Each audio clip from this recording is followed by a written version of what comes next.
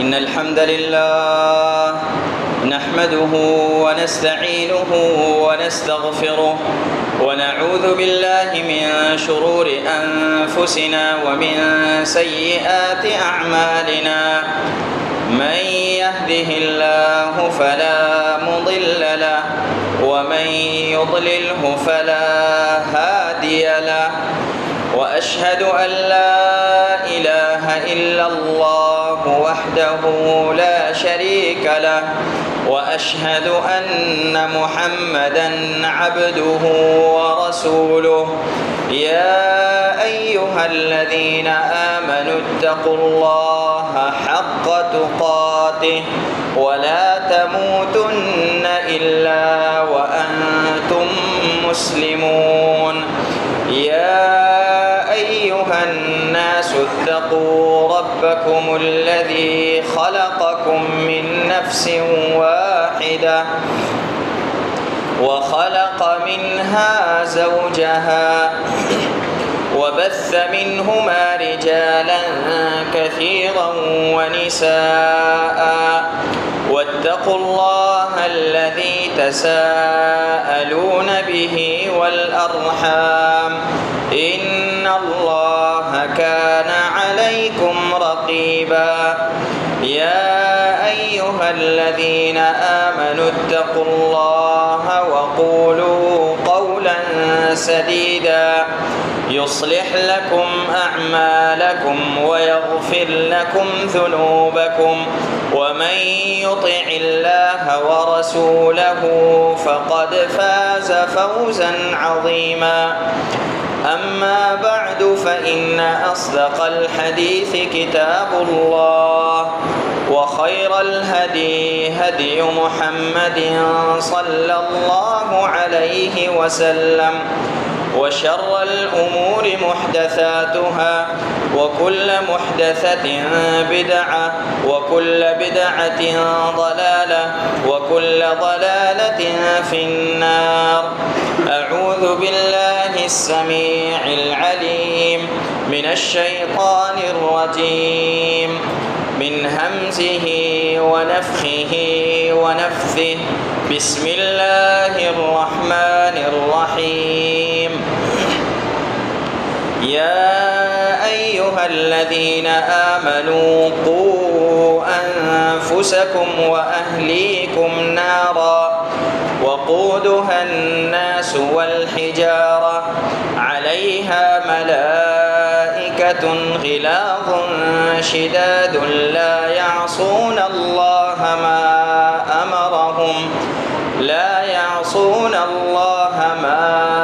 أمرهم ويفعلون ما يؤمرون.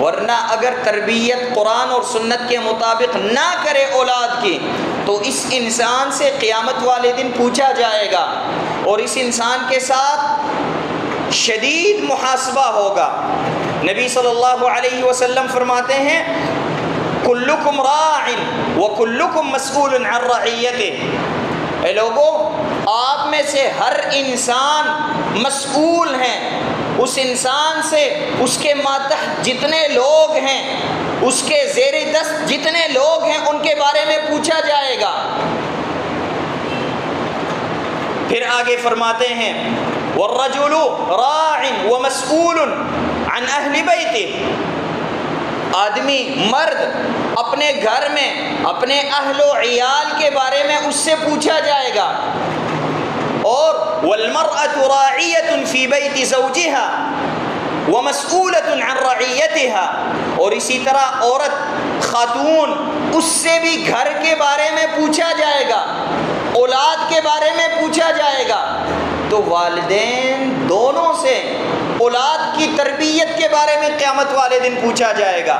اگر اولاد کی تربیت کی ہو پھر تو کوئی مسئلہ نہیں، ان کو بدلہ ملے گا، اچھا بدلہ ملے گا، لیکن اگر اپنے اولاد کی تربیت نہیں کی ہو، اس میں کوئی کمی انہوں نے چھوڑی ہو، تو پھر اللہ رب العالمین ان کے ساتھ محاسبہ کرے گا۔ کیونکہ بچے جتنے پیدا ہوتے ہیں دنیا میں، نبی صلی اللہ علیہ وسلم کے بعثت کے بعد جتنے لوگ دنیا میں پیدا ہوئے، قیامت تک جتنے لوگ پیدا ہوں گے، چاہے وہ مسلمان کے گھر میں پیدا ہو یا کفار کے گھر میں پیدا ہو، وہ مسلمان ہی پیدا ہوتے ہیں۔ ان کا دل، ذہن، دماغ سب کچھ صاف ستھرا ہوتا ہے، قرآن اور سنت کے عین مطابق ہوتا ہے، لیکن بعد میں پھر معاشرہ، اسی طرح والدین اور رشتہ دار اس انسان کو، اس بچے کو گمراہ کر دیتے ہیں۔ اگر والدین، معاشرہ نیک ہو، مسلمان ہو، تو وہ بچہ مسلمان بن جاتا ہے، مسلمان رہتا ہے۔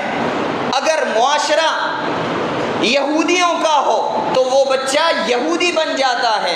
اسی طرح اگر معاشرہ یہودیوں کا یا والدین اس کے عیسائی ہو، معاشرہ عیسائی ہو، تو یہ بچہ عیسائی ہو جاتا ہے۔ اسی طرح ہندو بھی۔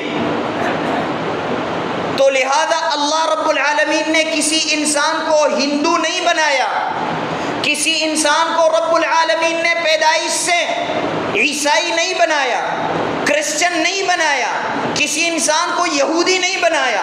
یہ یہودی اس کے والدین اس کو بنا دیتے ہیں، اس بچے کو یہودی کر دیتے ہیں، اس بچے کو والدین ہندو بناتے ہیں، اسی طرح والدین اس بچے کو سکھ بناتے ہیں۔ نبی صلی اللہ علیہ وسلم فرماتے ہیں کل مولود یولد علی الفطرہ، بچہ جب پیدا ہو جائے تو یہ فطرت سلیمہ پہ پیدا ہوتا ہے، دین اسلام پہ پیدا ہوتا ہے۔ پھر آگے کیا ہوتا ہے؟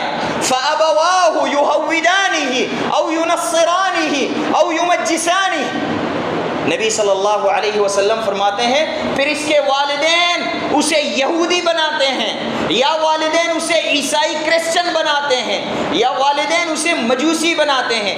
یعنی والدین کی کوشش ہوتی ہے کہ اپنے طریقے اور اپنے مذہب پہ اپنے بچے کو لے کے آئیں۔ اس لیے والدین سے قیامت والے دن پوچھا جائے گا۔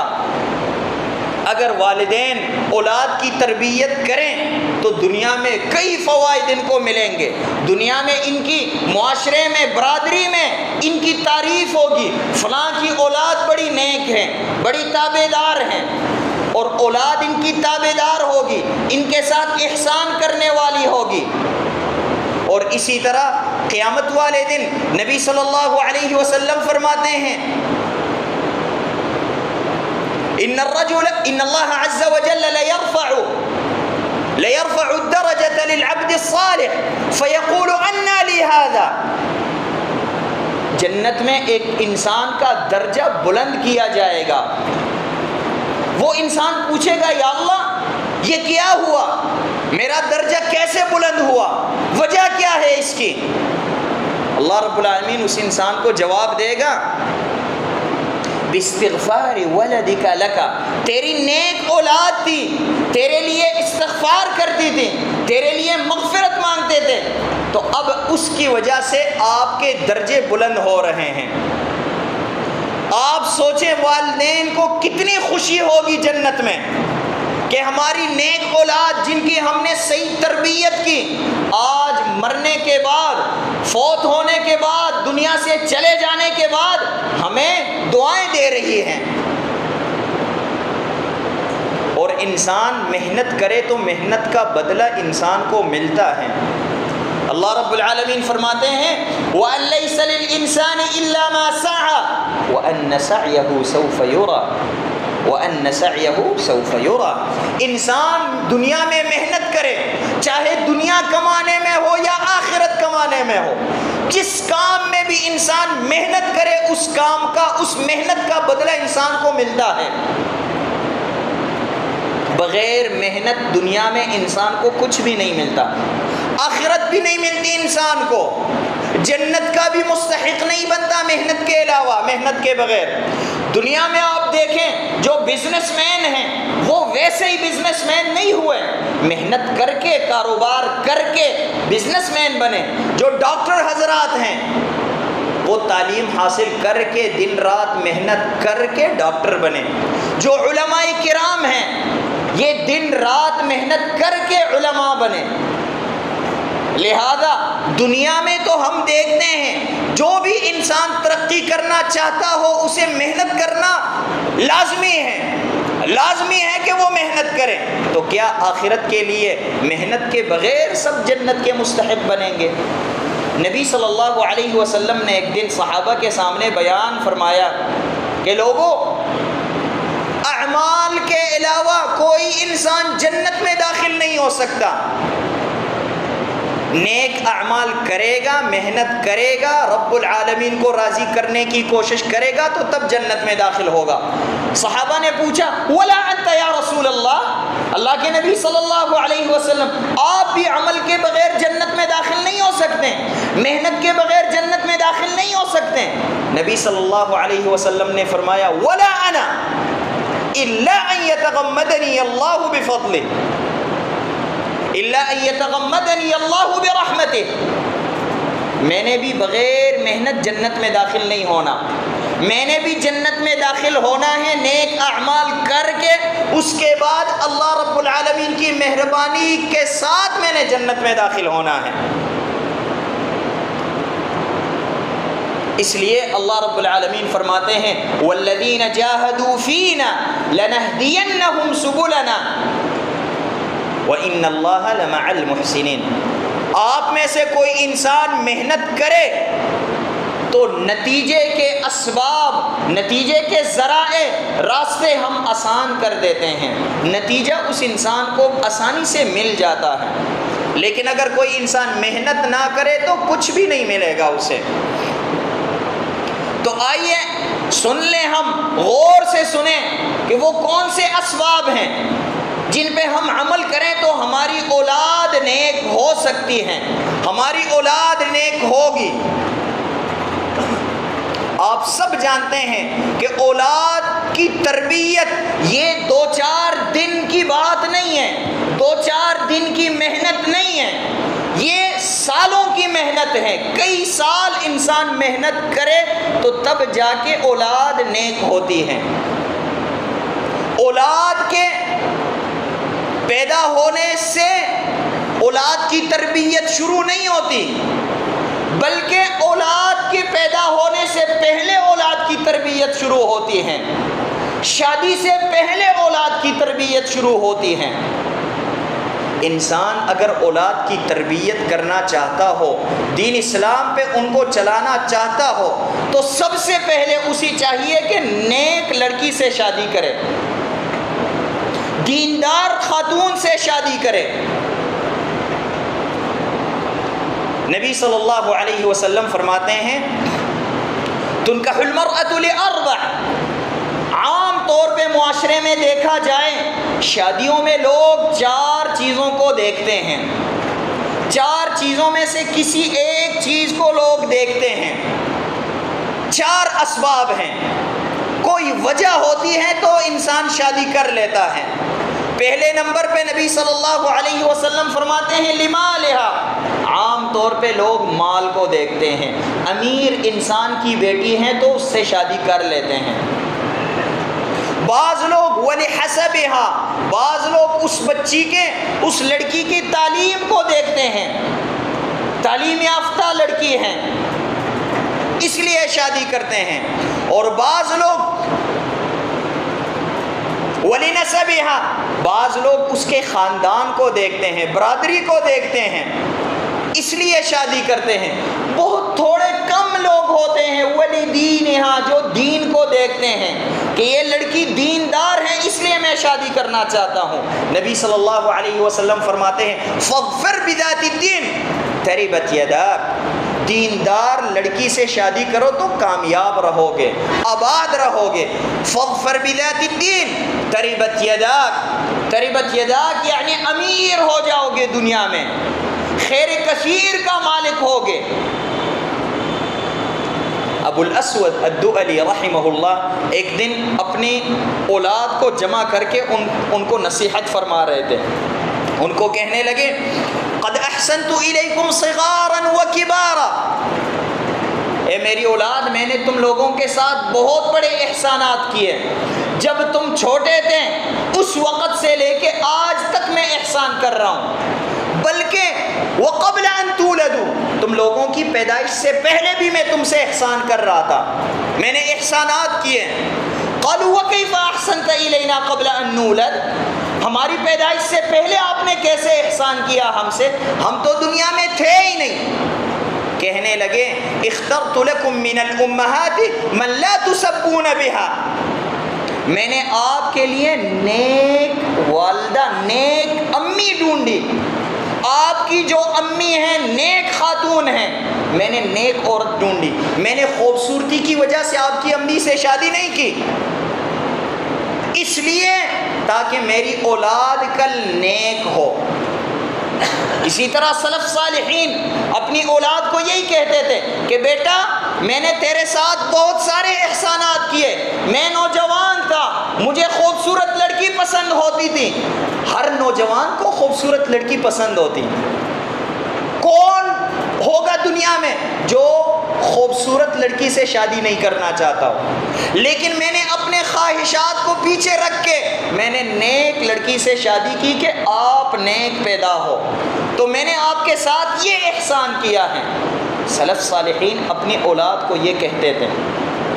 اسی طرح لڑکی کے لیے نیک انسان کا اختیار کرنا، نیک شوہر کا اختیار کرنا، تب جا کے اولاد نیک ہوگی. نبی صلی اللہ علیہ وسلم فرماتے ہیں اذا خطب الیکم من ترضون دینہ وخلقہ فزوجوہ، آپ کے پاس رشتہ مانگنے کے لیے کوئی نیک انسان آئے، من ترضون دینہ، اس کے دین پہ آپ کا کوئی اعتراض نہ ہو، نمازی انسان ہو، بظاہر قرآن اور سنت کے ساتھ برابر ہیں، وخلقہ، اس کے اخلاق اچھے ہو، فزوجوہ، اپنی بیٹی کا رشتہ کرا دو. یہ نہ کہو یہ ہماری برادری کا نہیں ہے، یہ غریب انسان ہے، اس کے پاس دنیاوی تعلیم نہیں ہے. حتیٰ دینی تعلیم بھی ہو تو اچھی بات ہے، نہ ہو تو ضروری نہیں ہے کہ آپ کا داماد مفتی اعظم ہو، ضروری نہیں ہے کہ آپ کا داماد، آپ کو ایسا داماد ملے جو شیخ الکل ہو، ضروری نہیں ہے. بس 2 باتیں ہیں شریعت نے جو ہمیں بتائی ہیں. من ترضون دینہ، دیندار انسان ہو. دیندار کا مطلب کیا ہے؟ کوئی ڈاکو ڈکیت نہیں ہے، کوئی زانی شرابی نہیں ہے، معاشرے میں بدنام انسان نہیں ہے، دیندار ہے، نمازی انسان ہے کم سے کم. دوسرے نمبر پہ اخلاق اس کے اچھے ہیں، لوگوں کے ساتھ لڑنے جھگڑنے والا انسان نہیں ہے. فزوجوہ، تو اپنی بیٹی اور اپنی بہن کی شادی کرا دو اس سے.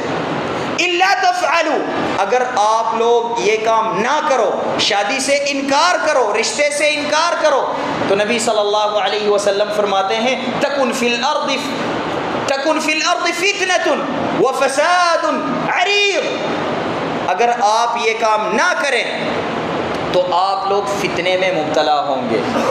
علماء اس کی تشریح میں فرماتے ہیں فتنہ کیا ہے؟ آپ کی بیٹیوں کے رشتے نہیں ہوں گے، آپ کے بیٹوں کے رشتے نہیں ہوں گے۔ جس طرح آج کل ہمارا معاشرہ پریشانی میں مبتلا ہے، برادری کے باہر تو کوئی رشتہ کرنے کے لیے تیار ہی نہیں ہے۔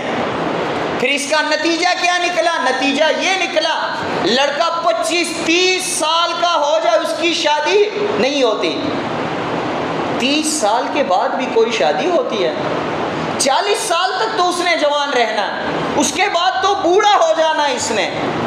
اسی طرح لڑکی 25 سال کی ہو جاتی ہے شادی کے بغیر، 27-28 سال کی لڑکی ہوتی ہے اس کی شادی نہیں ہوتی۔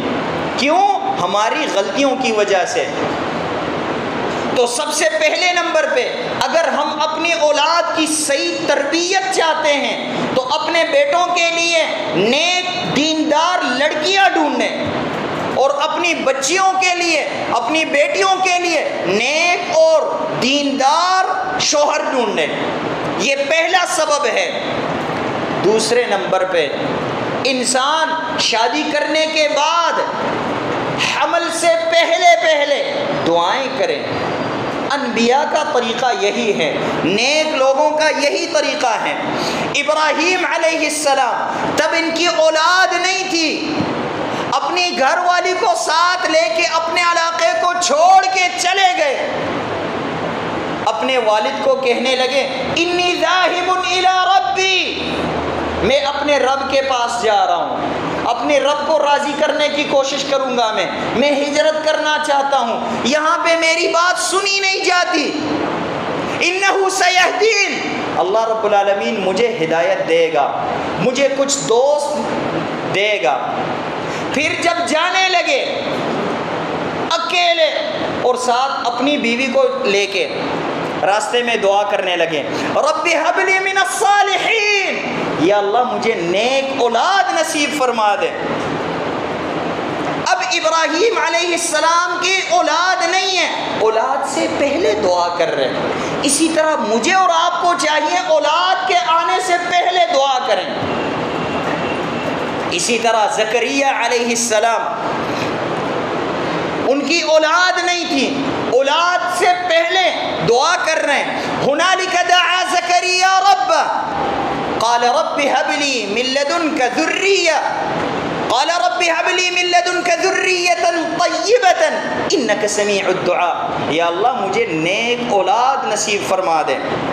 اسی طرح اللہ رب العالمین فرماتے ہیں، اللہ رب العالمین کے کچھ نیک بندے ہیں جن کو عباد الرحمن کہا جاتا ہے، اللہ رب العالمین گواہی دے رہے ہیں کہ یہ میرے خاص بندے ہیں، ان کے صفات اللہ رب العالمین نے بیان کیے ہیں۔ آگے اللہ رب العالمین فرماتے ہیں والذین یقولون، ان کی نشانی کیا ہے؟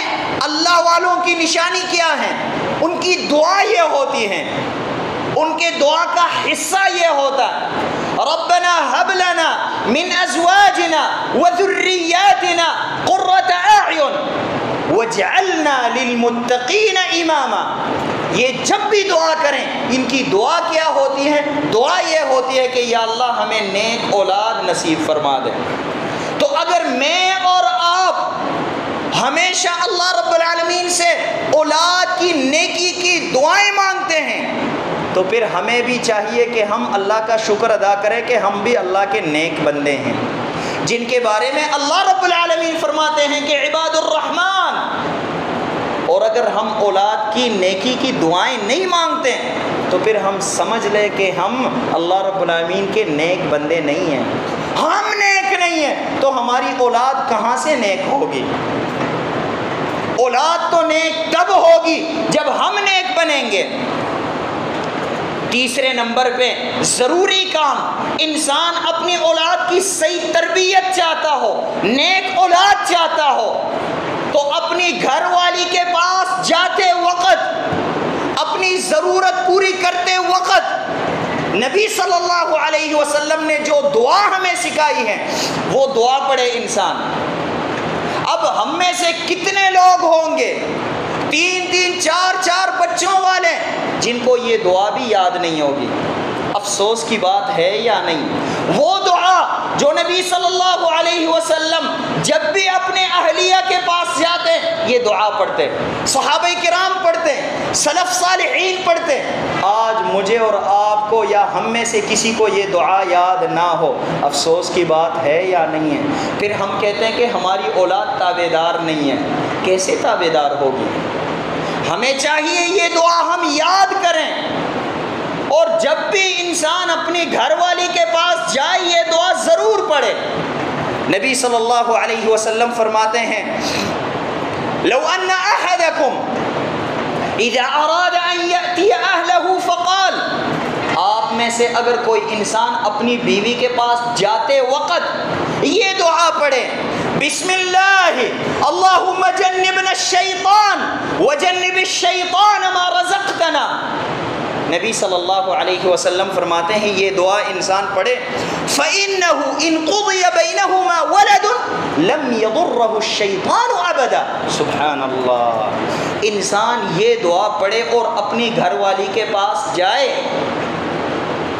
اگر اس سے انسان کی اولاد پیدا ہو جائے، حمل ہو جائے، نبی صلی اللہ علیہ وسلم فرماتے ہیں اس بچے کو شیطان نقصان نہیں پہنچا سکے گا، شیطان کے جالوں سے محفوظ ہوگا، شیطان اس کو گمراہ نہیں کر سکے گا۔ یہ کون کہہ رہے ہیں؟ کون ہمیں بتا رہے ہیں؟ نبی صلی اللہ علیہ وسلم، جس کے بارے میں رب العالمین فرماتے ہیں وَمَا يَنطِقُ عَنِ الْهَوَىٰ إِنْ هُوَ إِلَّا وَحْيٌ يُوحَىٰ، نبی صلی اللہ علیہ وسلم کا یہ فرمان ہے کہ یہ دعا انسان پڑھے تو بچہ پیدا ہو جائے اس سے تو اسے شیطان گمراہ نہیں کر سکے گا۔ اس دعا کا معنی کیا ہے؟